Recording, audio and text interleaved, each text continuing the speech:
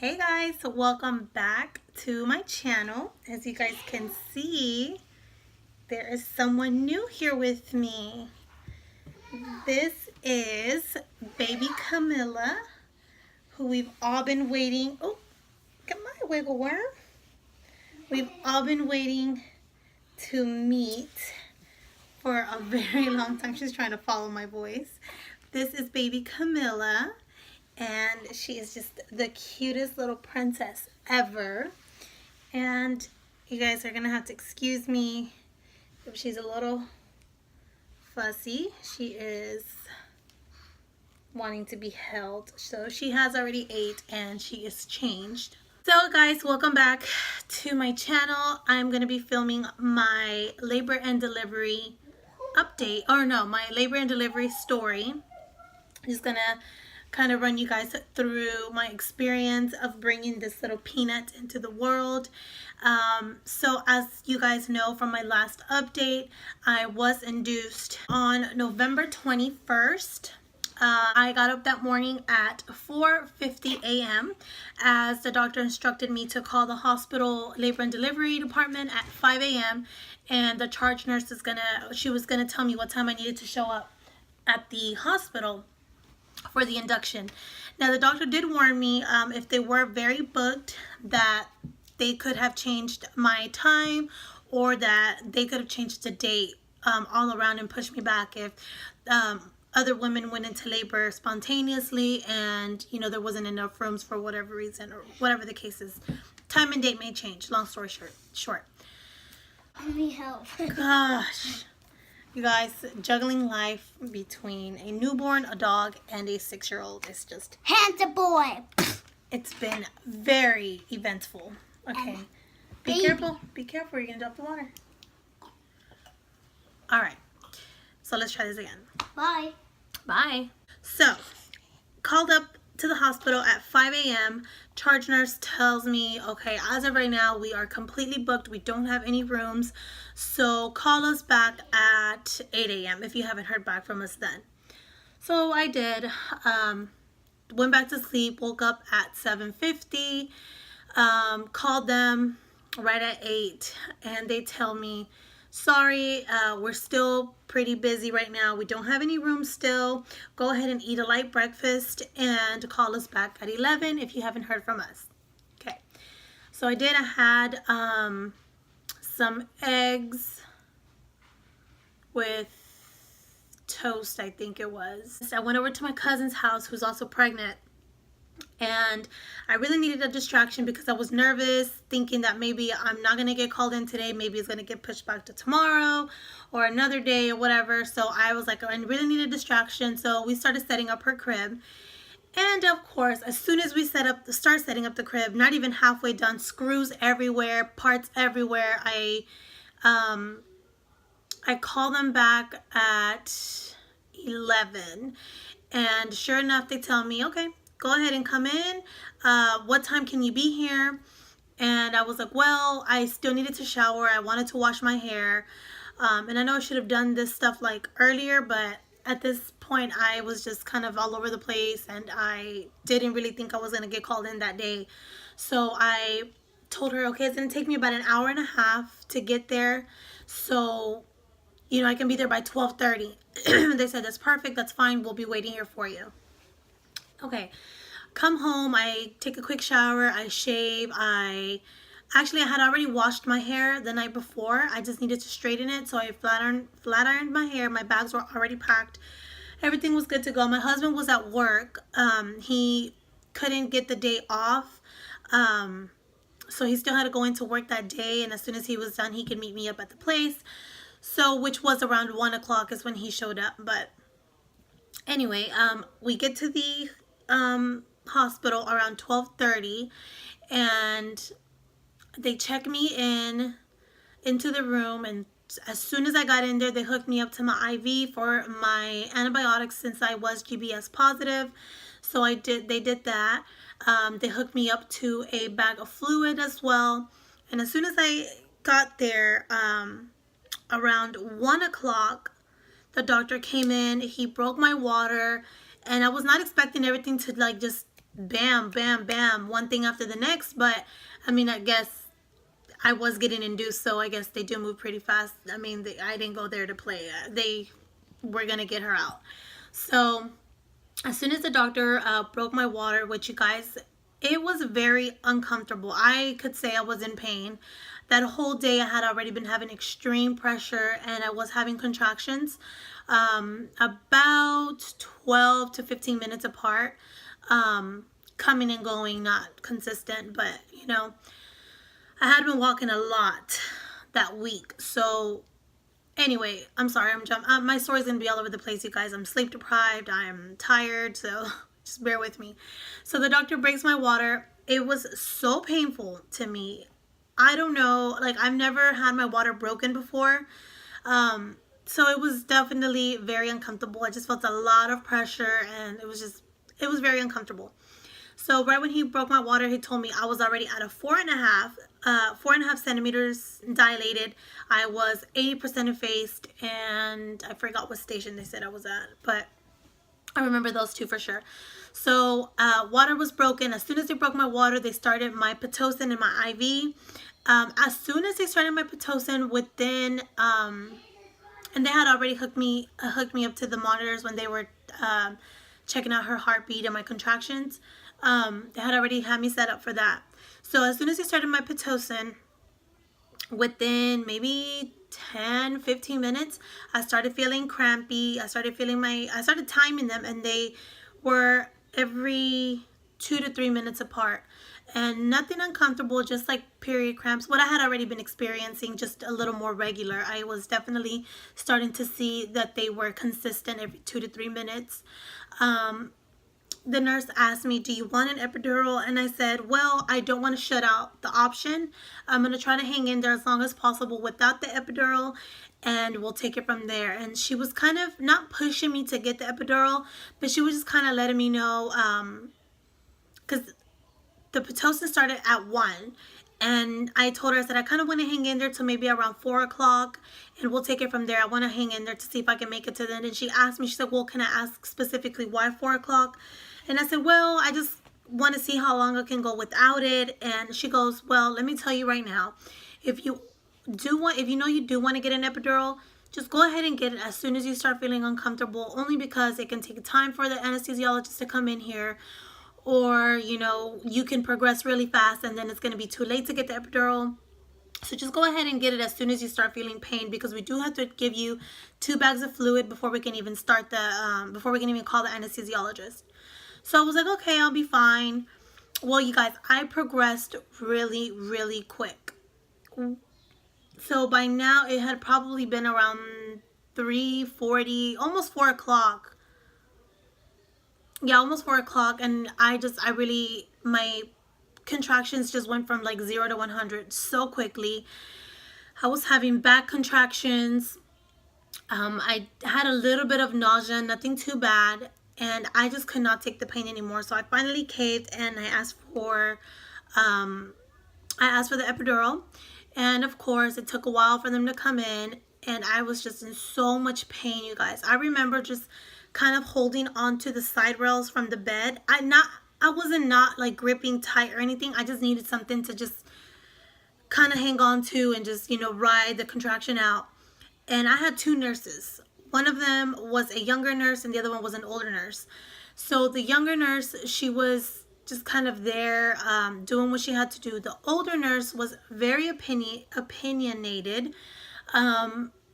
She kind of had something to say about, like, if I was expressing my pain, she would kind of make it seem like, oh, it's not that bad. Or it was just very unprofessional. She was a sweet lady, but she was just, like I said, very opinionated.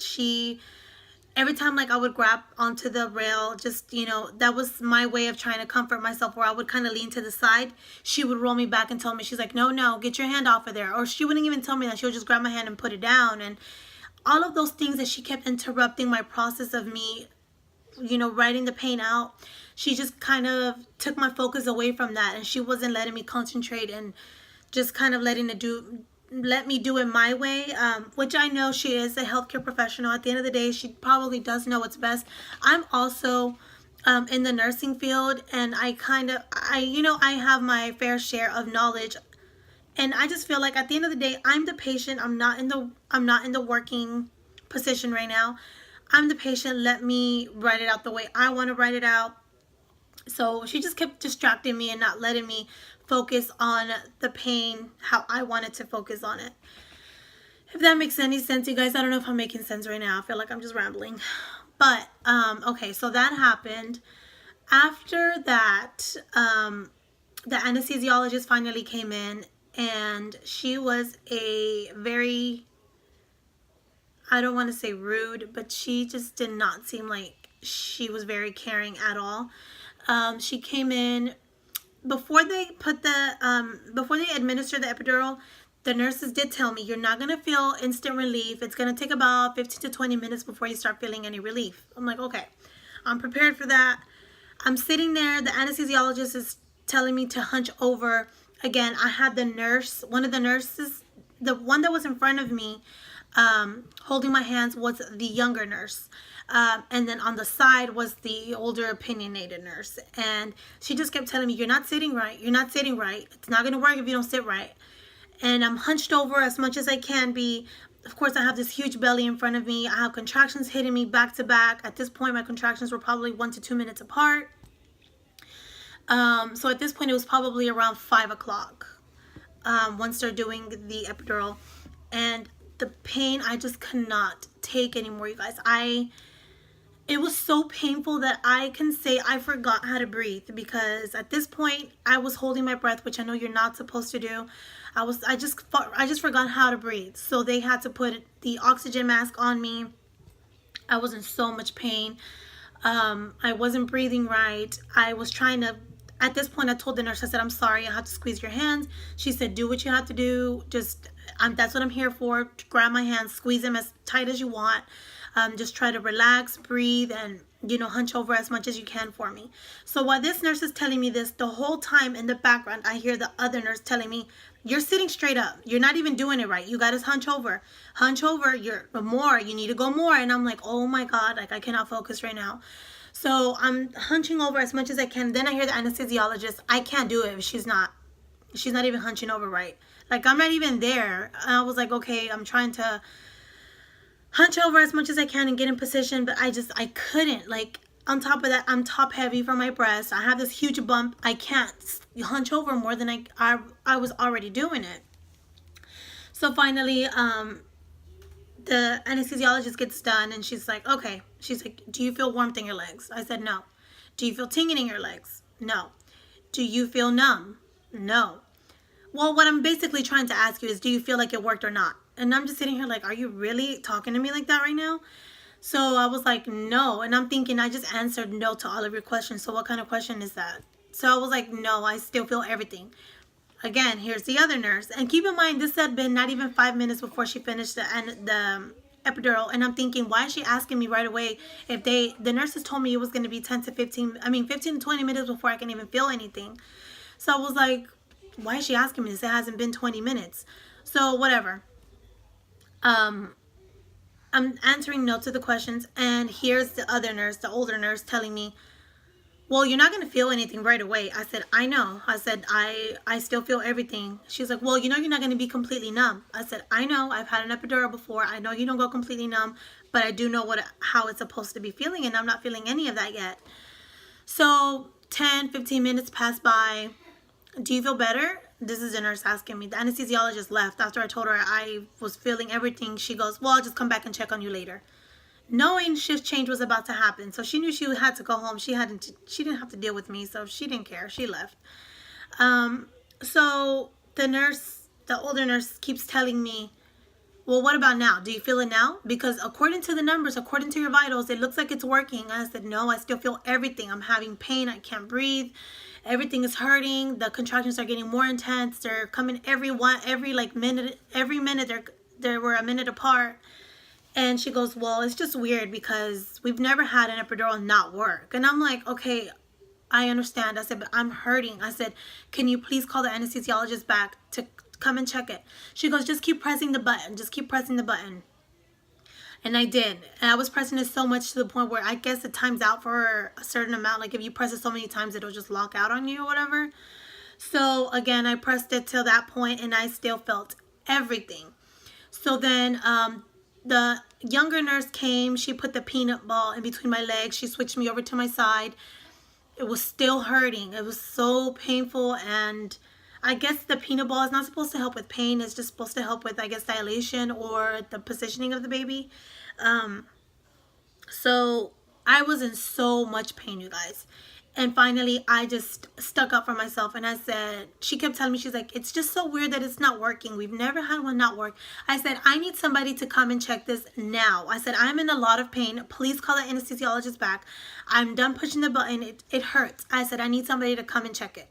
So that's when the younger nurse kind of stepped in and was like, okay, we're going to go ahead and call them. By then, like I said, the shift change had happened already for the anesthesiologist. So I had an older guy come in and he was just the sweetest guy. He was trying to make me feel better. He comes in, he's like, so I hear you're having some pain. We're going to get you taken care of. Don't worry. And what the older nurse was, she kept pushing on the anesthesiologist that she was just saying like, oh, she's saying she feels everything. I don't know how, but she's saying that she feels everything still. He's like, okay, well, let's get her checked out. And he tells me, so usually when this happens, we just kind of readjust this one. But since you're not showing any signs of relief, we're just going to go ahead and take this one out. We're going to do a whole new one and we'll get you taken care of. So again, at this point, I was trying to concentrate on the pain. I was just kind of trying to zone out the other nurse because she was just getting on my last nerve, you guys. And the other nurse was just kind of there, you know, just trying to comfort me. And she was holding my hands again, and I was really hunched over as much as I could. She's like, there you go. She's like, that's a much better position. She's like, maybe this time it'll be better for you. And the anesthesiologist is making jokes back there. And I kind of wasn't really paying attention because I'm like, dude, come on. Like, I'm in pain. Just get it going and come on, make me feel better. But, yeah, his attitude was way better than the first one. So, within minutes of him doing that epidural, I started to feel the tingling feeling in my legs, the heavy feeling, the warmth in my legs. So I was like, okay. And I told the nurse, I said, okay, I feel a difference. I said, I definitely feel a difference. She goes, great. I'm so happy to hear that. She repositions me back to my side. By this time, I was on my left side. She put the peanut ball in between my legs. And you guys, I immediately started to feel my contractions fade away. And they went from contraction pain to just pressure and heaviness. So the nurse checked me. By this point, it was already 7. And I was already at a 9 or a 9.5. And I was 100% effaced. Another 10-15 minutes passed by. The nurse comes in and she goes, okay, we're going to do a couple of practice pushes. And you guys, I was so freaking hungry this time. Like, I was so hungry. More hungry than thirsty. I remember when my first labor, I was just extremely thirsty. Well, with this one, I was so hungry. I was feeling contractions, my stomach growling, pressure, all at the same time. I was so hungry. I felt like I had no energy to push. She goes, okay, we're just going to do a couple of practice pushes and we'll go from there. So I said, okay. I put my legs up. My husband held one of my legs. She was down there by the vagina and I was holding my other leg up and I'm pushing, and she goes, give me a big push. I did one strong push. I remember I pushed with everything I had. She goes, or not. She goes, hold that thought. She's right there. And then I just hear my husband going, oh my God, is that her head? And the nurse goes, yeah, that's her head. She has a lot of hair. And I'm like, oh my God, she's like right there if they can see her hair. So I wait. She goes, don't push, but if you feel the need to bear down, go ahead and do so. I'm like, okay. So I'm just not pushing, but I can feel my bottom just pushing on its own. Like I can feel her coming down. So the doctor comes in. He goes, all right, let's have this baby. He's like, give me one big push. I did one push and he counted to 10 and I did 2 pushes within 1 contraction. So she came in 1 contraction and a total of 2 pushes. And I only pushed for about maybe 2 to 3 minutes, I think. So that's when baby girl finally made her debut into the world at 7:30 p.m. on the dot. She weighed 7.5 pounds and she is 19.5 inches long. So my husband did get to cut the cord, and let's see. So they didn't weigh her immediately. Right after she was born, they put her on my chest. My hospital has what they call the golden hour policy, and they don't weigh them or anything. As soon as baby's born, there's no complications. They give the baby straight to you. You do immediate skin to skin, and you get to nurse the baby for a whole hour, and you just kind of bond with the baby, just you three. So that was very special to us. We got to hold her for a whole hour and just bond with her. And it was so funny because as soon as she came out, she wasn't crying or she wasn't showing any signs of distress. But she was just staring at me. We just like immediately locked eyes and we just could not keep our eyes away from each other. And all the nurses were like, oh my God, everybody come look. She's just mesmerized by her mom right now. We've never really seen a baby just lock eyes like that with mom. And it was very special. We just could not keep our eyes away from each other. So that was so sweet. After the hour, they, like I said, they weighed her and all, and that's when family was able to come in. We had my mom there, my mother-in-law, my cousin, and my sister-in-law. So they all got to hold baby, and everything was just so great, you guys. The experience overall was like no other. We're just so happy and so blessed that she's finally here. She's healthy as can be, and yeah, you guys, you can see she has a lot of hair. She has so much hair. And yeah, and funny story, my best friend who was also pregnant, she was due in December, goes into labor the same day. Of course, hers was not planned or anything. She wasn't due for like another 4 weeks. So her baby came a little early, but her baby's doing great as well. And it was so funny, you guys, because her and a few other women went into labor at the same time. They were overbooked and they had to move me from my room. Usually at my hospital, you do labor, delivery, and recovery in the same room until you're discharged. If you're a vaginal, you stay on the first floor. But because there was, I think, 3 or 4 other women who went into labor the same day, they had to move me and a few other women up to the second floor, which is the C-section recovery floor. So I just thought that was funny. We had our girls hours apart. She was born on the 21st and her baby was born on the 22nd. So that's a funny story. We were both in the hospital. We were FaceTiming each other the whole time we were there. Like, how's your baby? Oh, my baby's great. How's yours? How are you feeling? We were like comparing signs and symptoms and how you're feeling and all that kind of stuff. So that's great that our girls are only a few hours apart. So yeah, you guys, so that is it. Now, as far as like an update on how we're doing, she did have her 2-week appointment already, and they drew blood from her little heel, which was heartbreaking to watch, but she's doing great. She's feeding every 2 to 3 hours. She is now feeding. Hey, Zoe, it's my puppy. She's so curious about the baby, guys. So she is now weighing 7 pounds 13 ounces, and she is 20 inches and 1/4. So we are growing. We are doing great, and I am exclusively exclusively pumping. So I was latching her on at the hospital, and there was one night where we were not having a very successful night at breastfeeding. So I gave her a bottle, and I think that's where I messed up. She got used to how fast the flow of a bottle is. Sorry guys, my dog and my son are just being silly in the corner over here. So ever since then, she did not want to latch on, and I know I could have still worked with her a little more, but she just got very frustrated, and we just feel that the best option for us right now is to me pump my breast milk, and we bottle feed it. That way my husband can help with feedings, other family members can help. They like to feed her. My son loves to feed her. Of course, I'm there watching. But yeah, you guys, our son is doing an awesome job of being a big brother. He tries to help with every way he can. He tries to feed her, tries to hold her, he tries to dress her, he tries to help with diaper changes.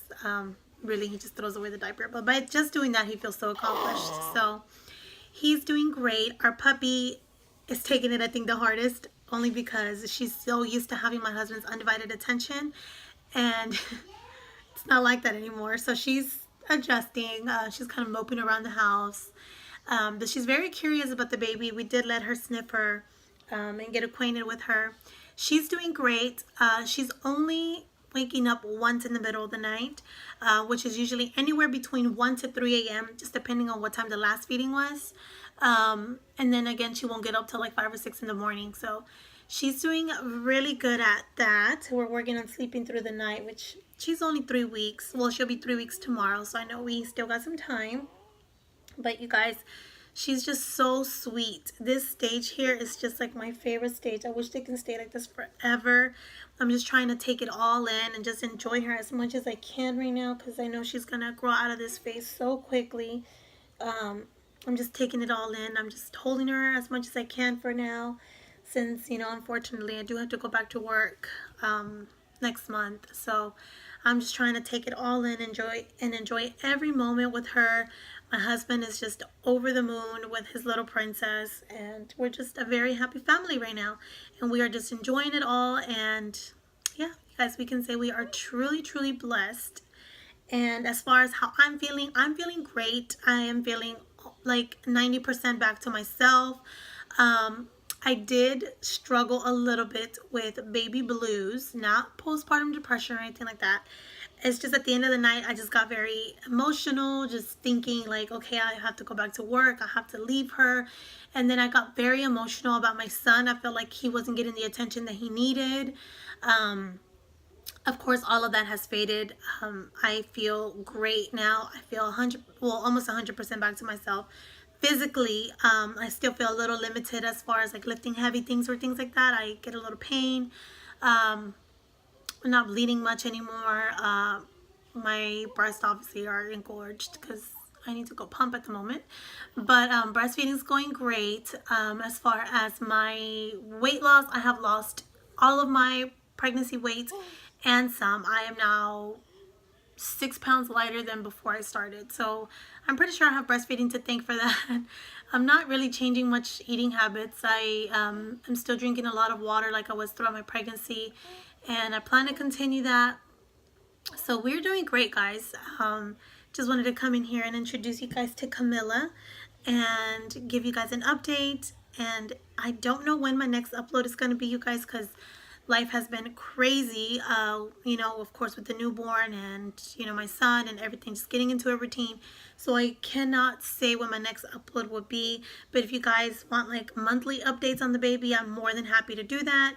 If you guys have any makeup look requests, let me know. We can go back to doing that as well. I do want to create more content for you guys, so just let me know what you're interested in seeing, and I will try my absolute best to get to do that for you guys. So that is it, and I will see you guys in my next video, and we will see you guys at 2 months just to see how we are, or actually a month, because she's 3 weeks. So that's it, you guys. I will let you guys go. I'm gonna go ahead and pump so we can feed this little princess, and I will see you guys then. Bye, guys.